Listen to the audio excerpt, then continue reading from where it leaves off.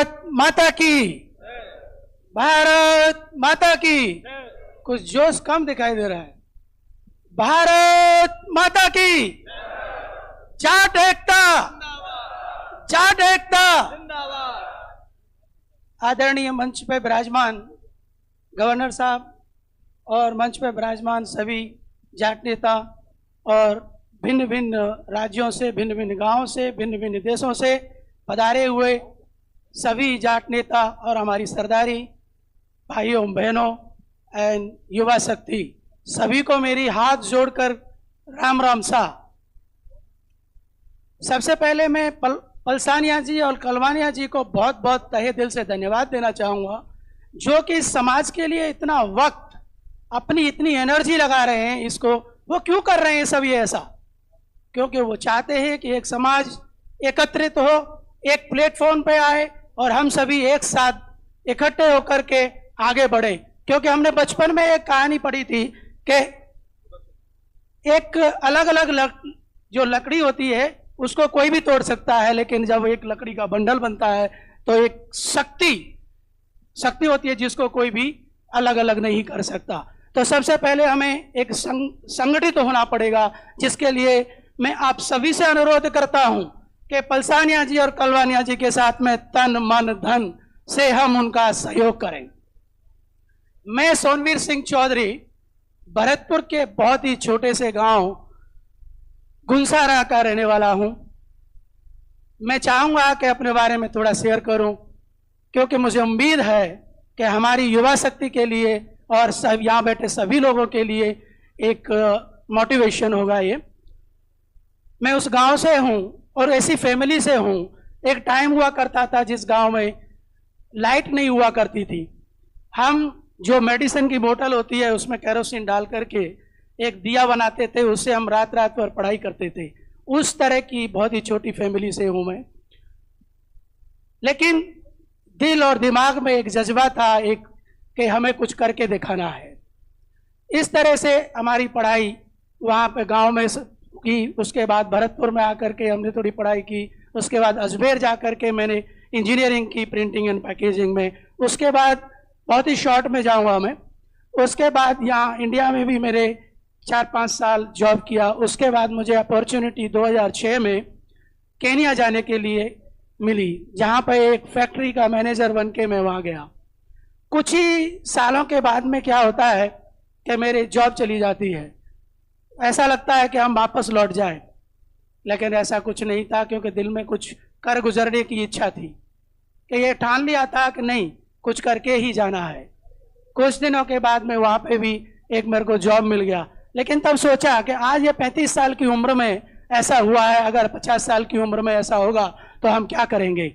ऐसा सोच करके हमने सोचा नहीं, कुछ और करना होगा।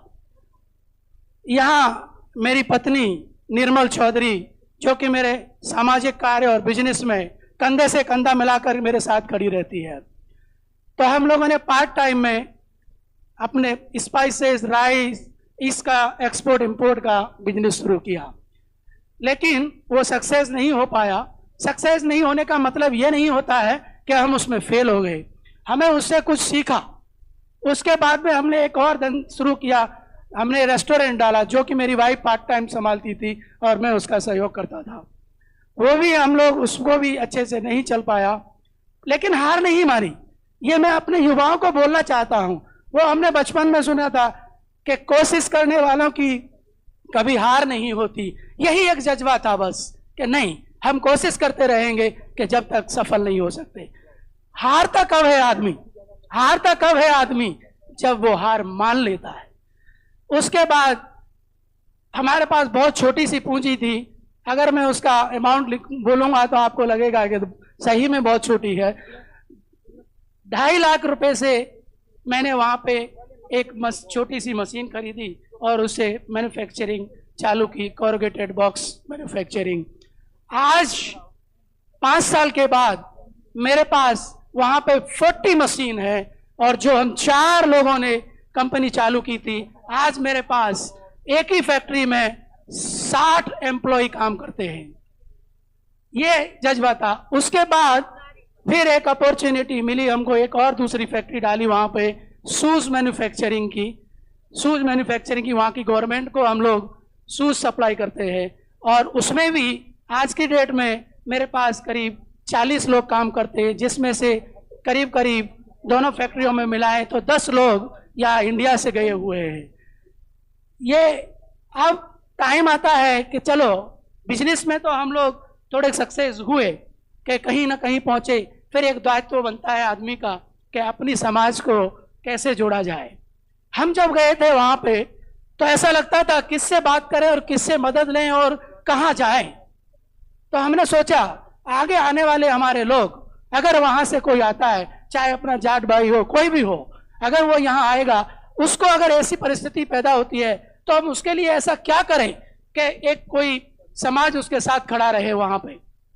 ऐसा ही सोच करके हम लोगों ने एक वहाँ पे सभी राजस्थानी लोगों को इकट्ठा किया और एक एसोसिएशन का निर्माण किया गया, जिसको राजस्थान एसोसिएशन ऑफ केन्या का निर्माण किया गया, जिसमें हम लोग हमारी कला और संस्कृति, हमारी तीज त्योहार मनाए जाते हैं वहाँ पे, और चैरिटी वर्क भी करते हैं।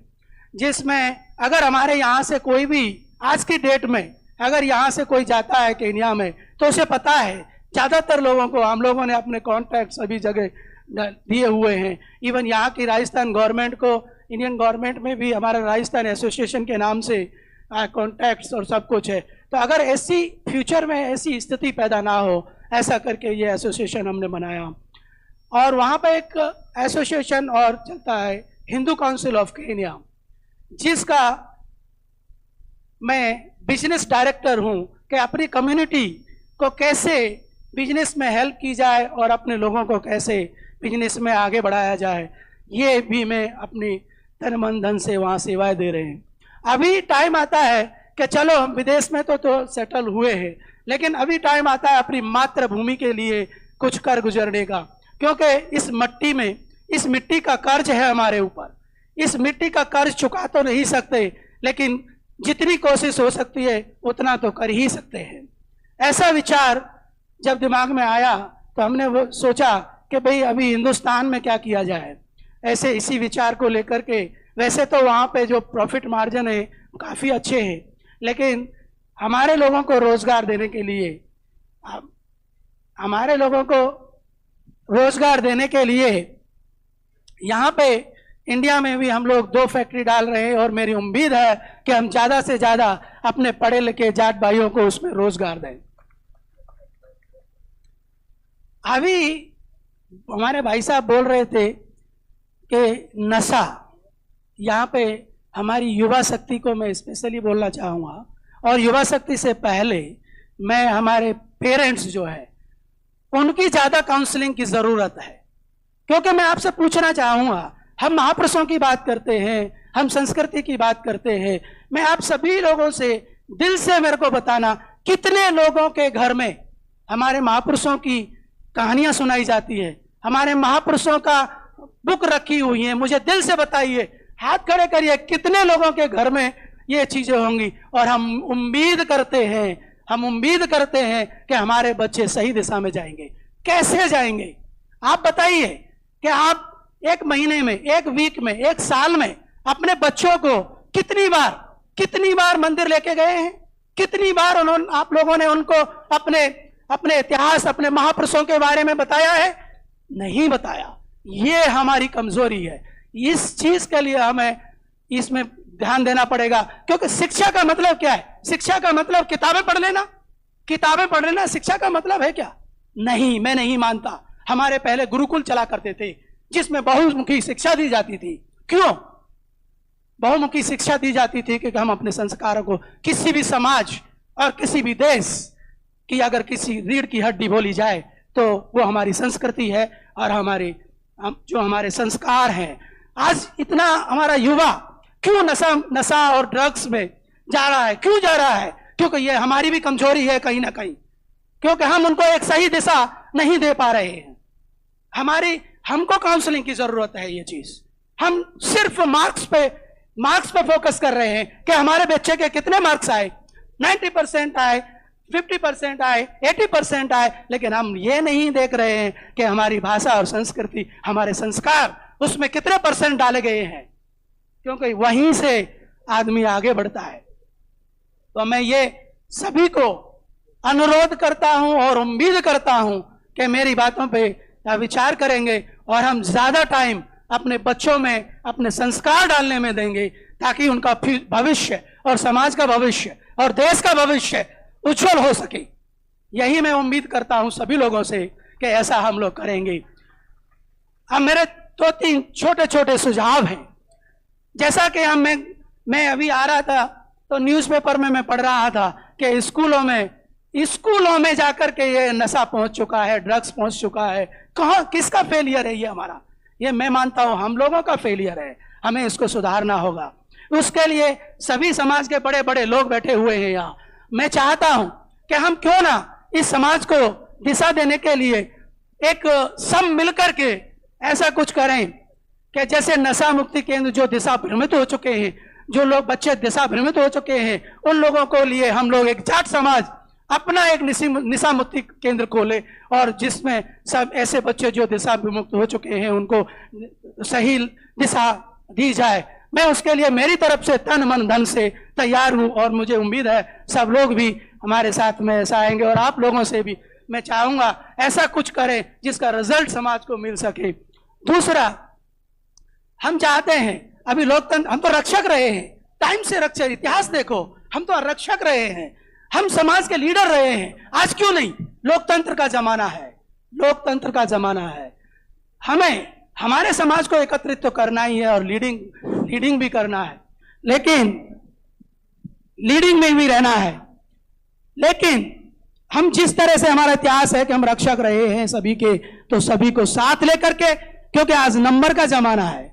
हम लोग बोलते हैं कि भाई जब तक पावर नहीं है हम अच्छे कार्य भी नहीं कर सकते, तो सबसे पहले तो हमें पावर हासिल करनी होगी, और आज की पावर है लोकतंत्र, और लोकतंत्र के जरिए हमें सभी को साथ लेकर के इवन पॉलिटिक्स में भी आना होगा। इवन ये डॉक्टर इंजीनियर बहुत हो गया, डॉक्टर इंजीनियर बहुत हो गया। हमें अभी अपने बच्चों को तैयार करना पड़ेगा, पॉलिटिक्स में आने के लिए भी तैयार करना पड़ेगा, और पूरी हमारी समाज को जितने अच्छे लोग हैं, भले ही वो पैसा हो ना हो, ऐसा नहीं कि जिनके पास पैसा है हम उन्हीं लोगों को आगे लाना है, नहीं, जो समाज के अच्छे लोग हैं पूरी सरदारी इकट्ठा होकर के ऐसे लोगों को आगे लाए और इवन पॉलिटिक्स में लाए, क्योंकि कलम की ताकत बहुत बड़ी होती है। ऐसा मैं चाहूंगा सभी लोगों से कि एकजुट होकर के, अगर अपने समाज का कोई भी अच्छा आदमी है उसमें जी जान लगा दो, जी जान लगा दो कि उसको सीट पे लाना ही लाना है, किसी भी तरह से लाना है। दूसरा चीज, एक और मेरा सुझाव है कि एजुकेशन केंद्र, एक प्राइवेट एजुकेशन केंद्र जिसमें bureaucrats, IAS, IPS, RAS, air force, सभी के लिए ऐसी कुछ ट्रेनिंग की व्यवस्था की जाए, और हम सब मिल करके ये सब कर सकते हैं। और मैं चाहूंगा या तो हर डिस्ट्रिक्ट में या हर राज्य में ऐसा अपने जाटों का ऐसा शिक्षा केंद्र हो, प्रशिक्षण केंद्र हो, ताकि वहां से हमारे बच्चे आगे निकल सके। ये सब मेरे सुझावों पर विचार करना, और मैं चाहूंगा हम सभी लोग एकत्रित होकर के इन पलसानिया जी, कलवानिया जी के तन मन धन से सहयोग करें, और हमसे जितना हो सकेगा मैं दिल और दिमाग से आपको वादा करता हूं कि तन मन धन से मैं जाट समाज के लिए और अपने हिंदुस्तान के लिए खड़ा हूं। धन्यवाद।